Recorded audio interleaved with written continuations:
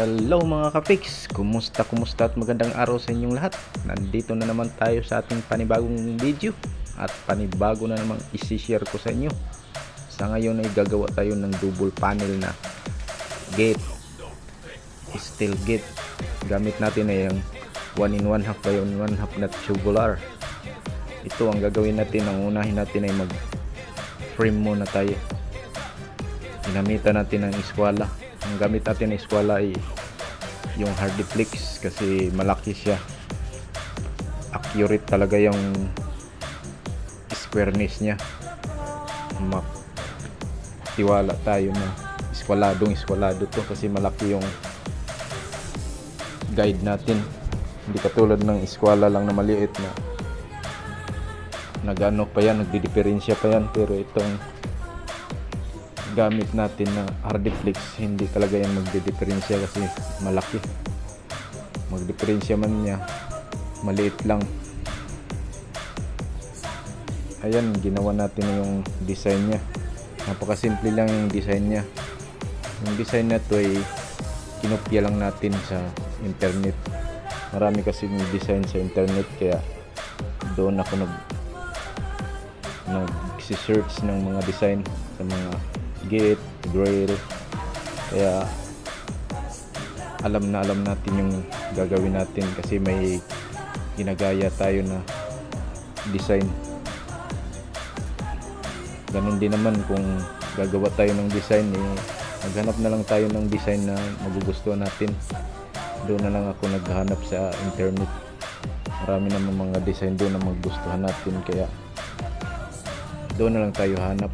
Hindi na tayo gagawa pa ng design. Hindi katulad nung araw na mag-drawing pa talaga ako. Gagawa ako ng drawing na design tapos papakita ko sa may-ari. Ngayon hindi na, titingin na lang tayo sa internet. Marami doon mga design, papipiliin natin yung may-ari. Kung yan ang magustuhan niya, yan ang gugkopyahin natin, yan ang gagawin natin. Ito yung napili ko, ito yung napili ng may-ari, kaya mas maganda to. Ito yung gagawin natin. Napakasimple lang design mga ka-fix. Dalawang pares lang ng letter L, parang pinag cross lang, dalawang L. Yan, ganyan lang. Tapos mga bars na yung mga gilid-gilid, yung mga natitirang design.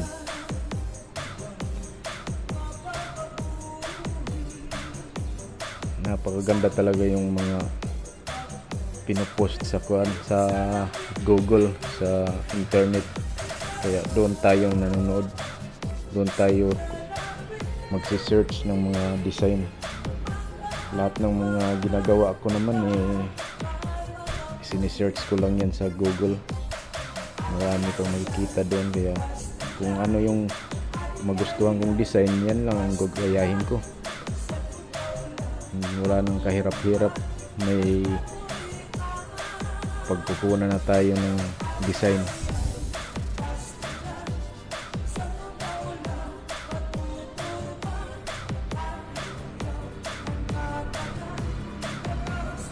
Yan, i-fix na natin. Lalagyan natin yung mga maiksi na design.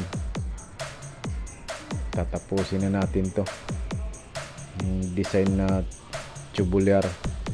May tubular kasi na naka L, dalawa yung pares na yan.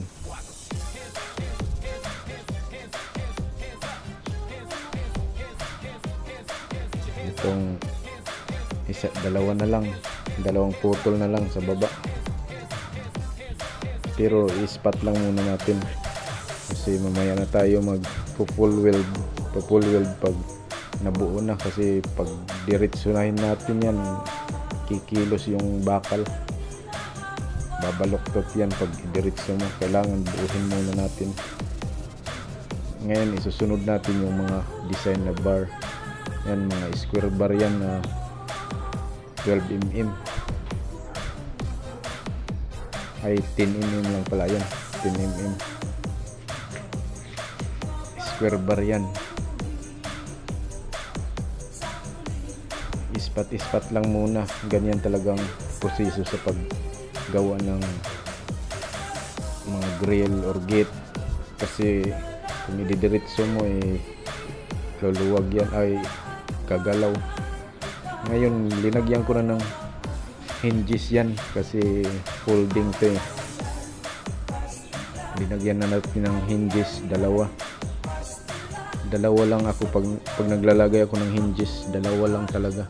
Ayaw ko maglagay ng hinges sa gitna kasi yan, may pressure yan, kunting diferensya lang, may pressure yung pinto mo, hindi siya hindi siya bubukas ng maganda.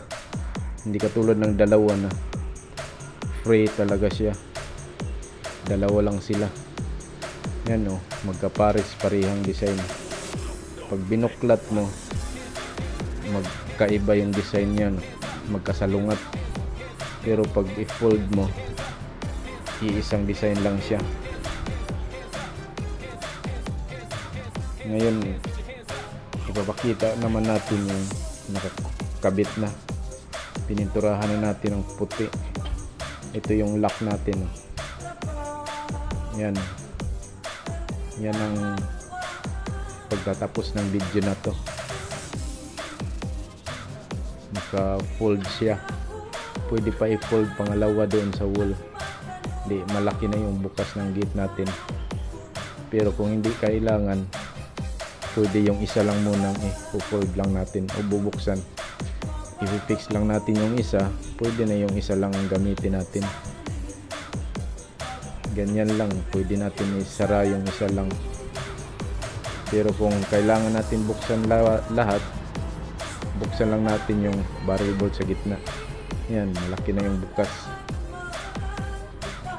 Yung mga hindi pa nagsusubscribe, mga ka-fix, paki-subscribe naman po. Maraming salamat. Paki-like na rin po. Minsan lang kasi ako mag-video ng ganitong kahaba. Kadalasan ginagawa ko shorts video lang kasi parang tinatamad ako mag-video. Yan, ilang buwan na rin, isang buwan na yata. Bye bye.